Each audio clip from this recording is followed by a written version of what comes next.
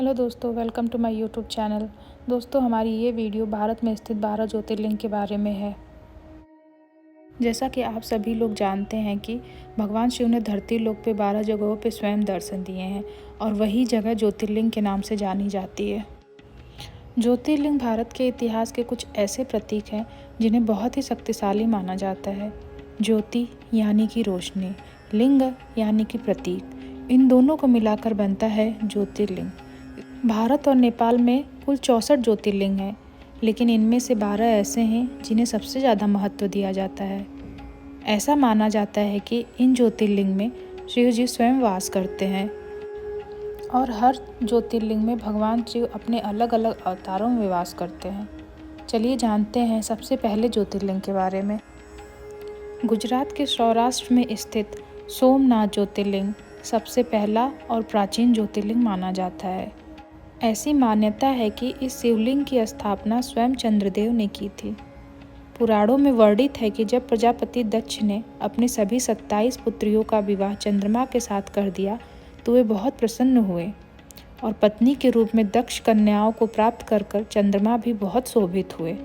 चंद्रमा को उनकी 27 पत्नियों में से रोहिणी उन्हें सबसे अधिक प्रिय थी, जिससे उनकी बाकी पत्नियां दुखी रहने लगीं और उन्होंने राजा दक्ष से चंद्रमा की शिकायत की।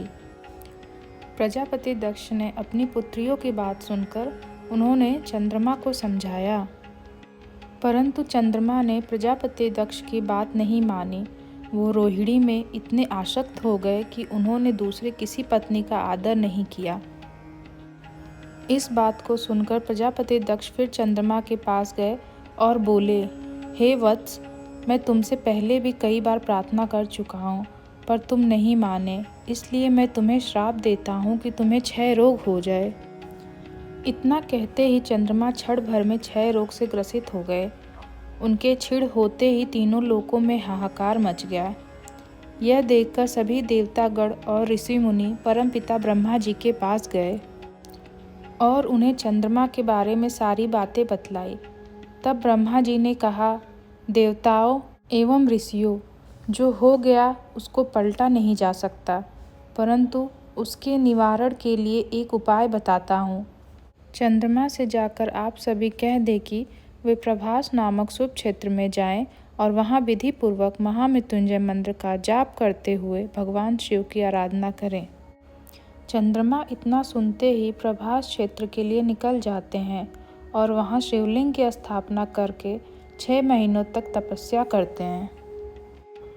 फिर एक दिन भगवान शिव प्रसन्न होकर चंद्रमा के सामने प्रकट हुए और चंद्रमा से बोले, हे चंद्र, कल्याण हो, तुम्हारे मन में जो भी इच्छा हो वह वर मांगो। भगवान शिव के मुख से ऐसी बातें सुनकर चंद्रमा ने उन्हें प्रणाम कहते हुए कहा, हे ईश्वर, यदि आप मुझसे प्रसन्न हैं तो आप मेरे शरीर से क्षय रोग का निवारण कीजिए। मुझसे जो भी अपराध हुआ है उसे क्षमा कीजिए। यह सुनकर भगवान शिव ने चंद्रमा से कहा, एक पक्ष में तुम्हारी कला प्रतिदिन क्षीण होगी और दूसरी पक्ष पे फिर वह निरंतर बढ़ती रहे। फिर चंद्रमा ने भगवान शिव को प्रणाम किया।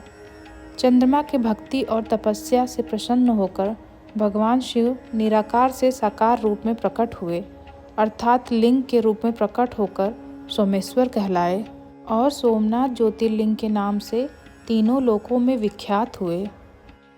चंद्रमा का एक नाम सोम भी है, उन्हीं के नाम पर इस मंदिर का नाम सोमनाथ पड़ा। ऐसा माना जाता है कि जो भी मनुष्य सोमनाथ जाकर इस ज्योतिर्लिंग का भक्ति भाव से पूजन करता है वो चंद्रमा की तरह क्षय, कोढ़ आदि रोगों से मुक्त हो जाता है। सोमनाथ मंदिर का इतिहास बहुत ही संघर्षपूर्ण रहा है और इसे कई बार नष्ट होने का सामना भी करना पड़ा है। अद्भुत रूप से यह मंदिर हर बार पुनः निर्मित हुआ है और आज भी यहीं खड़ा है। सोमनाथ की कहानी भारतीय सांस्कृतिक और धार्मिक ऐतिहासिक धाराओं में एक महत्वपूर्ण स्थान रखती है और यह देवभूमि में से एक प्रमुख तीर्थ स्थल है। हमारी ये वीडियो यहीं समाप्त होती है। मिलते हैं आपके साथ अपनी दूसरी वीडियो में एक दूसरे ज्योतिर्लिंग के पौराणिक कथाओं के साथ। अगर आपको ये वीडियो पसंद आया हो तो please like, share, subscribe to my channel. Thanks for watching.